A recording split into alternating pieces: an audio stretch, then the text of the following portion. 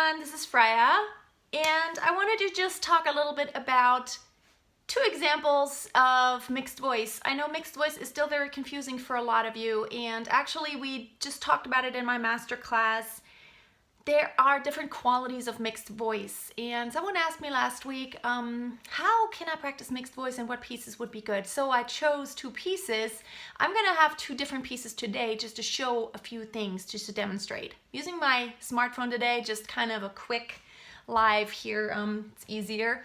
So I chose two pieces from musical theater shows. So the first one is from the musical theater show Fame, Let's Play a Love Scene, and it's actually more on the chesty side. So what I'm doing is on the high end, I'm staying kind of light. I'm not really belting out very loud, but I'm mixing in a very kind of chesty quality, okay? So I would call this a chesty kind of mix. It still feels like I'm in the chest mechanism, definitely. And it has more of a chest resonance. I'm just mixing a little bit of headiness to make it a little lighter so I don't have to make it heavy. Let me demonstrate to you what I mean. So hi everyone, I am using my phone, so if I see any comments flashing by, I'm not going to be able to answer right now. I'll try to do a little Q&A at the end of this. So let's play a love scene, and I haven't even rehearsed this at all. Haven't played this in forever. It's got only 1, 2, 3, 4, 5 sharps. Oh well, I'm not a pianist. Wait a minute, I'm gonna mute the piano a little bit so here you hear me, but what is it? B.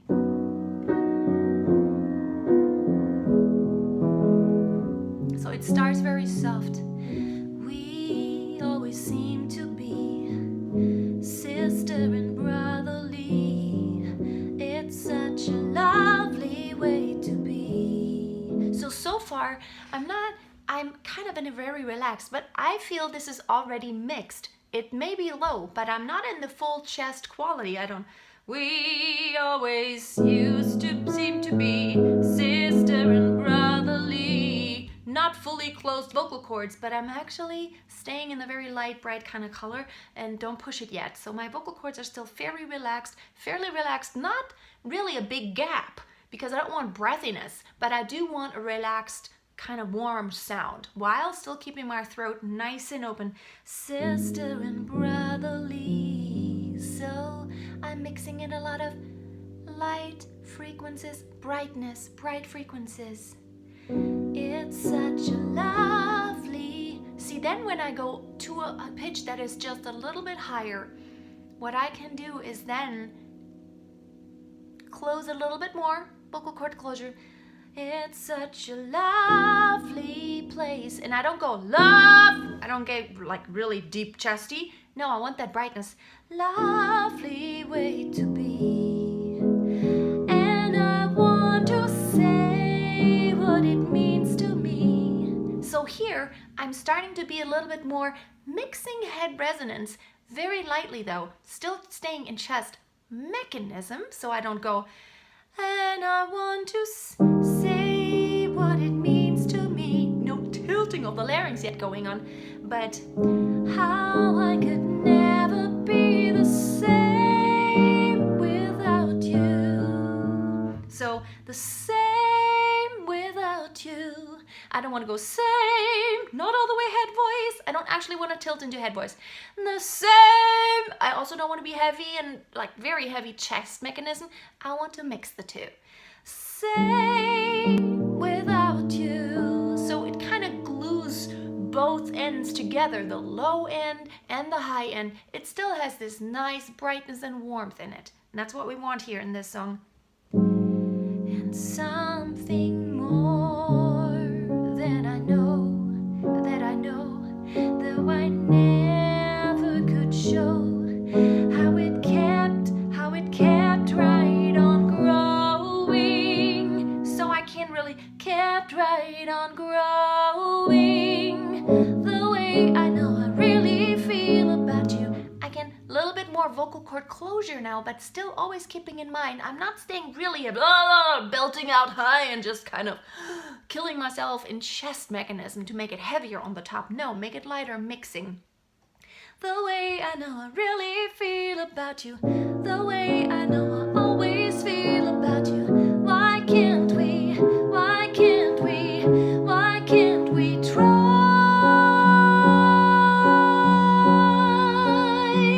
to play a love scene? So that high pitch is not try, too heavy chesty. You're gonna hurt yourself. It's too heavy, too much pressure on your vocal cords. You want to lighten that up a little bit on the arytenoids and engage a little bit more on the heady resonance kind of side.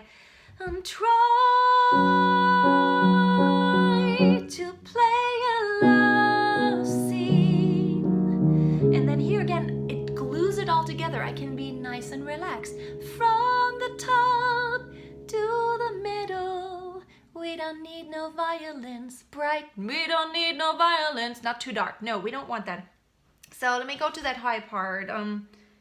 Where we see how love begins. If we could find a way to start and learn to play the part. I have to practice that. A perfect scene from a play unknown. Let's play a love scene. Too soon the vibrato here. I didn't really look ahead how much longer the tone is going to be. But see how that works? From a play unknown. No, you're going to hurt yourself. Too heavy. You want to be in the mix. From a play unknown. Let's play a love scene.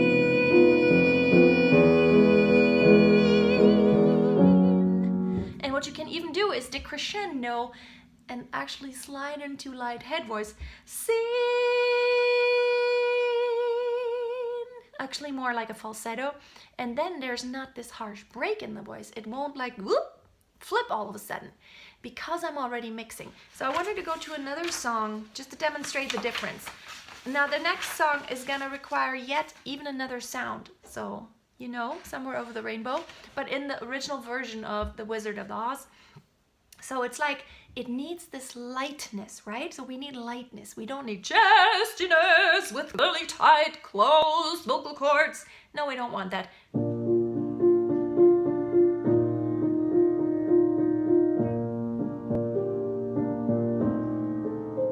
And now we have that first part. When all the world is a hopeless jumble and the raindrops tumble all around. See how I'm making this warm sound by not being, I don't have this tight vocal cord closure.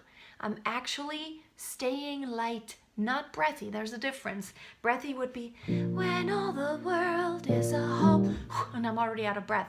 I don't want to do that, but I want that brightness in the voice, mixing in more bright resonances. When all the world, and vice versa, I don't want that heaviness of fully closed vocal cords. When all the world is a hopeless jumble and the raindrops tumble all around. Too dark, too much vocal cord closure, too much ping already. We don't really want ping yet here. We don't want this this kind of sound, right? We want soft and warm and pleasant. Okay, so heaven opens a magic lane. And then it goes on. When all the clouds darken up the skyway, there's a rainbow highway to be found, leading from your window pane. See how the mix makes it possible for me to jump, to have this big leap of an octave, and it doesn't break in my voice because I'm not trying to be in a defined register. I'm not trying to be leading from your window pane. So I don't try to be chest voice, head voice. No, I gotta go back into chest voice. No, it's really glues together. It's really floating, kind of leading, making the bottom bright and not heavy, kind of very loosely closed vocal cords, not breathy though. Leading from your window pane. Very supported. To a place, well, how does that go even? To a place behind the sun. Just a step. Are those chords right? No. There we go. Just a step beyond yonder rain. So what I'm doing here, I'm mixing. It's not rain. No break. I mean, there was a break just now, but I don't want a break. So I'm, let's see. Just asleep beyond the rain. I'm actually more in head register now, but I'm not fully tilting. That's why it's still mix, okay? It's like rain, not rain. So no defined. It's more like, yeah. There's a great exercise if you could just go like, hello, and just try to be light. Don't be hello. Oh no, I'm tilted too much. Oh, no, it's hard. Made many videos about this, but I just wanted to demonstrate. And so now let's go to the chorus. Now it has this octave leap again, and what I don't want is somewhere over the rainbow way up high, because of course I can't quite get up there in full chest voice, and it's kind of high. It's not extremely high, it's a B flat up there on the top, but I don't want that character. It's not like somewhere over the rainbow. No, I don't want that in this song. I want the kind of mellow sound, right? So that's why I have to mix more and kind of mix head voice in there, but somewhere over the rainbow, way up high, there's a... I don't want to dig into the bottom either, so light. There's a land that I heard of once in a lullaby. Do you see how that works? Somewhere over the rainbow. And I could go on rainbow. I can go from head to chest, from chest to head, if I in the middle section stay in mixed. Hope that makes sense. And I can't see any comments at all. Oh, there, now I'm seeing them. Nicole, it's okay, let me answer a few questions. Maybe I have not a lot of time today because I'm actually about to have a student in a few minutes, but I could, I don't know why, like on my phone here, it's not, oh. Okay, if there's no questions, then I know I kind of get on here impromptu without any warning ahead of time because I never know. I'm just gonna say I'm gonna try to do a live on Tuesdays, but I can't promise it.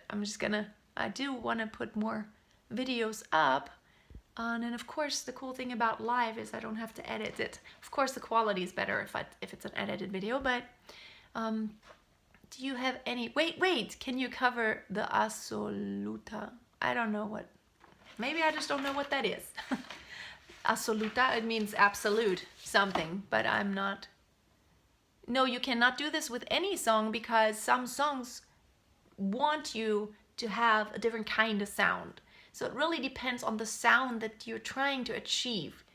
So if you really need a more chest quality of, oh yeah, oh, then you shouldn't mix yet. Not quite, not until you get really, really high. So is mixing a singing technique or a register? It's a technique. It's not a register of its own. It's basically you have two mechanisms, but it's not black and white. There's this area where you could just, get, oops, do I really have no more batteries? I'm sorry. I thought my phone was charged fully. I don't know how this is draining so quickly now. Okay, maybe one more question before.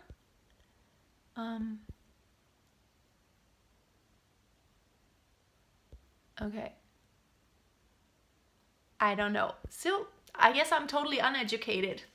I have studied bel canto, and I studied opera for several years, and I sang in professional opera for several years, but I guess I still haven't heard all the terms yet. Views and Demi Lovato's technique. Honestly, not so good. I love her voice. She's awesome, and she gives it all. I mean, she puts everything into her singing, but I don't know. My guess would be that she can't really keep it up this way for another, I don't know, 5 or 10 years, because the way she's singing is very straining on her vocal cords. And while I love her singing, and she is such a passionate artist, she's giving it all, I am a little bit worried about, the sustainability about this. I can't talk today. What's more healthy, heady, chesty, or balanced? There's no definitive answer. It's all healthy as long as you are not pushing on the vocal cords too much, meaning you have to have a good balance between the pressure, like the compression, and the openness of the vocal cords. You gotta think of it like the vocal cords can be controlled, and there's several different muscles that control the vocal cords. You can lengthen, you can thicken, you can move them in different ways and shapes.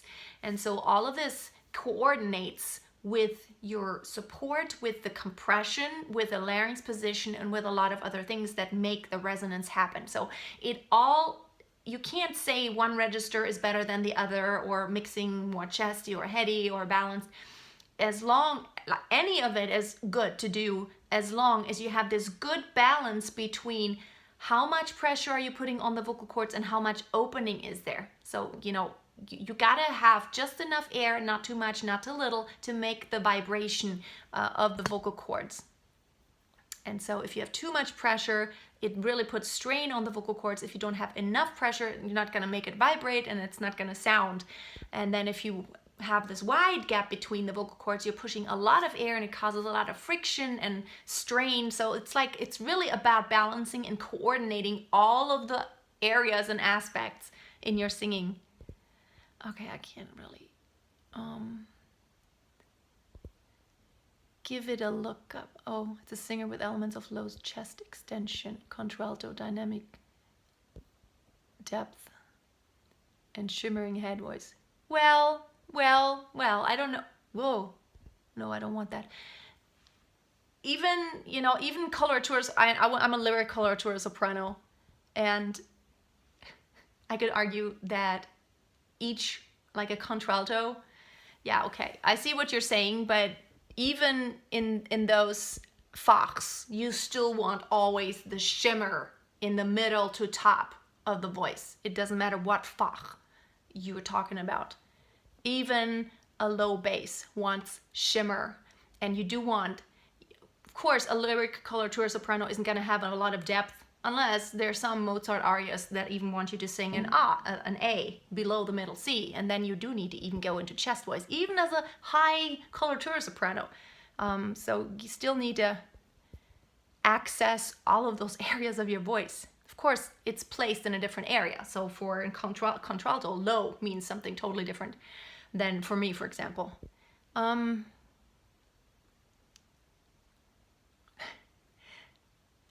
Okay. This is getting very technical here. Maybe we should just do an opera workshop. And I'm actually, in a couple of weeks, I'm meeting with my pianist, and I'm making a few more videos on how to sing opera. And we're gonna be somewhere where there's a nice grand piano, so we have a good sound. And he's gonna accompany me so I can actually concentrate on singing. And we're gonna try that. Now, Maria Callas had a beautiful voice, but arguably not the best diction. You could not understand anything she was singing. She's like, it's all kind of, today that would be like, oh my goodness, it would be hard for her to get a job now, because she had the most beautiful voice, but today it's so crazy competition that even if you have a wonderful voice, you need to look good, which she did. You need to have a wonderful voice, and you need to have the impeccable technique. And then they work you to death to where you don't have any voice anymore in opera theater. But this is why I quit. And you have to sing parts that are not in your Fach, which is not really good for your voice. So for me to sing, I don't know, like a heavy lyric soprano part, that wouldn't be healthy, probably.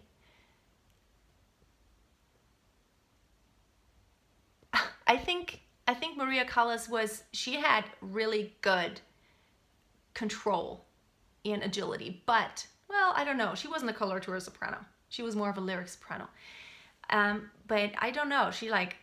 I don't think she sang any German. I'm not sure. I never heard her sing German.